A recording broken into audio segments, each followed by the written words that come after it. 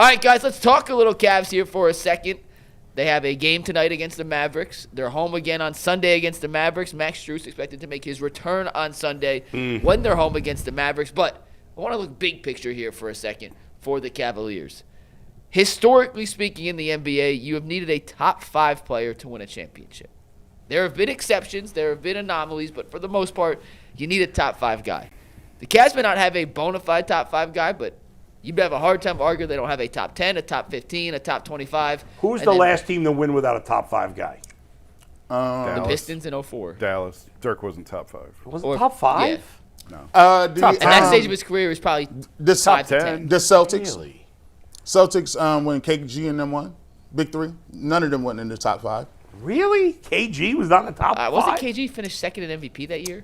If you go back and I don't think KG was in the top 5. He was outside of his prime. So, It doesn't happen often. So, Donovan Mitchell is the Cavs' best player. Top 10, undoubtedly. He's undoubtedly top 10? Undoubtedly top 10. This year, yes.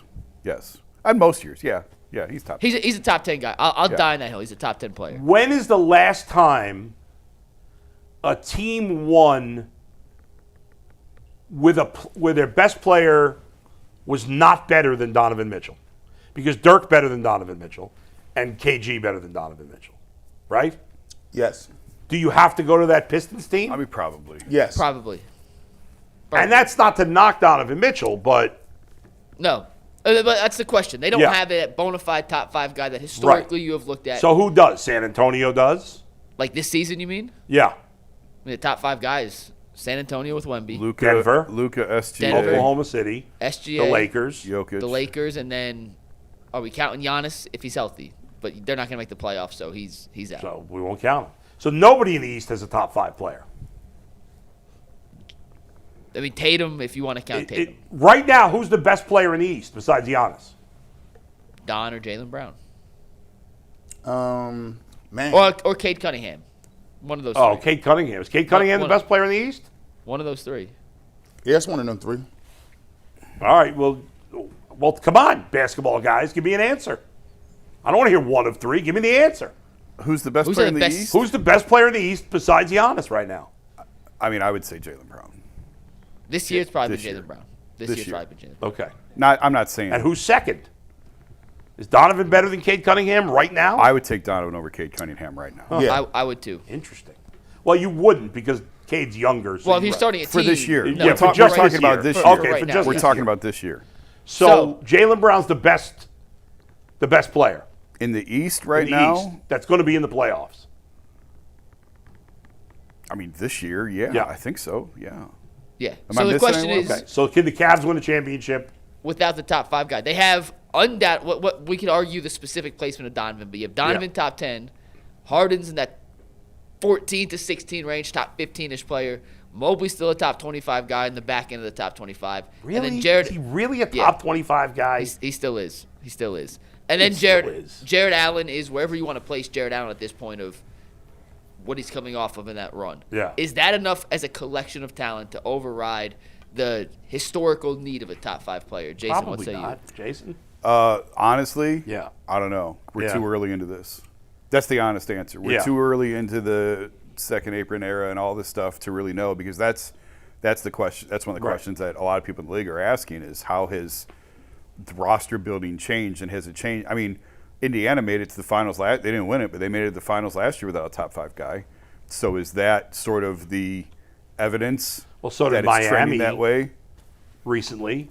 And Yeah. the bubble year with Yeah. Jimmy? Yeah, I mean, Bam Jimmy and wasn't Jimmy. top 5, but they There were are pretty 2 good. things about Indy and Miami that I want to come back to, so continue, Jason. There's always the anomaly. Like, you can always find the exception. If you go your entire life trying to be the exception, you're Yeah. not going to be very successful.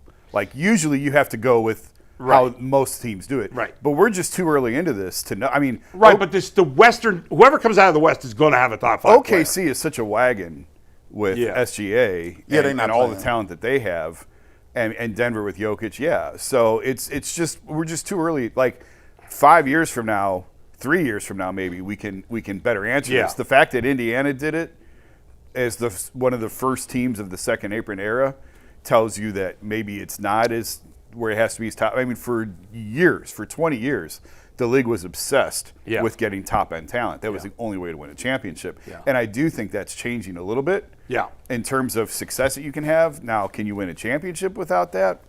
Yeah, I don't know. I don't know. I think it's too early. Everything about the Cavs screams not a championship team. I don't think they're going to win. They don't have a top 5 player. They have been terrible in the playoffs.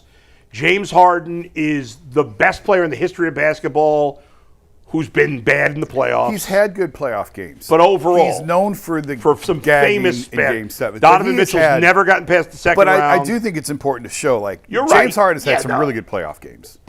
But his reputation is what bad. it is. It's the worst reputation of any great player. Yeah. And so, I mean, it's hard to say the Cavs are a legit championship contender. They're a contender. They are. They're a contender. But they're more of a long shot contender. They have to play elite. Like, you got guys like Donovan Mitchell, he's probably, somewhere in the top 5 or whatever the case may be. But what you need to do is you need to have James Harden play. He can't be 14. He has to play like James Harden is the 8th, 7th best player.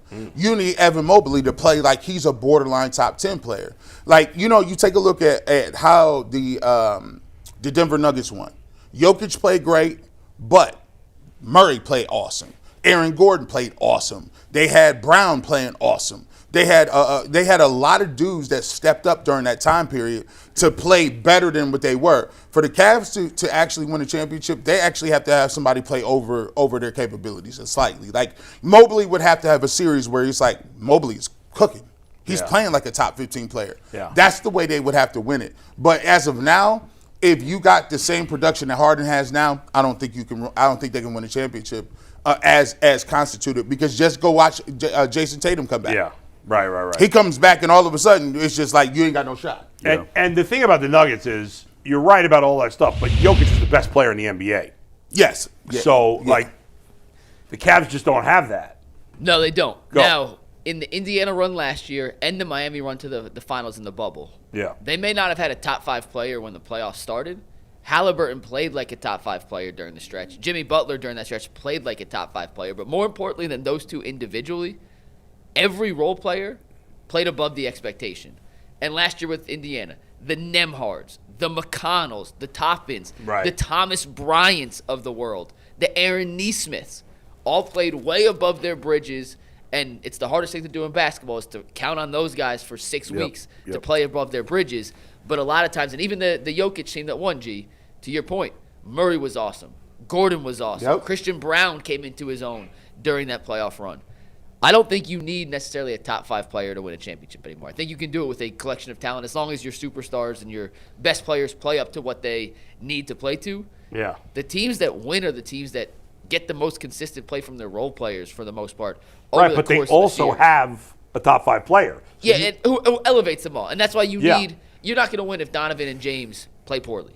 They have to play, if not better than what they're playing, at least at the level they're playing. But it's the other guys that when Donovan's out for a stretch or when James is out for a stretch and they don't have their core 4 in, you don't go -6 in those 3 minutes and then fight yourself out of a hole each and every time you go. But ultimately, if you play the Celtics, James Harden, Donovan Mitchell got to outplay Tatum and Brown.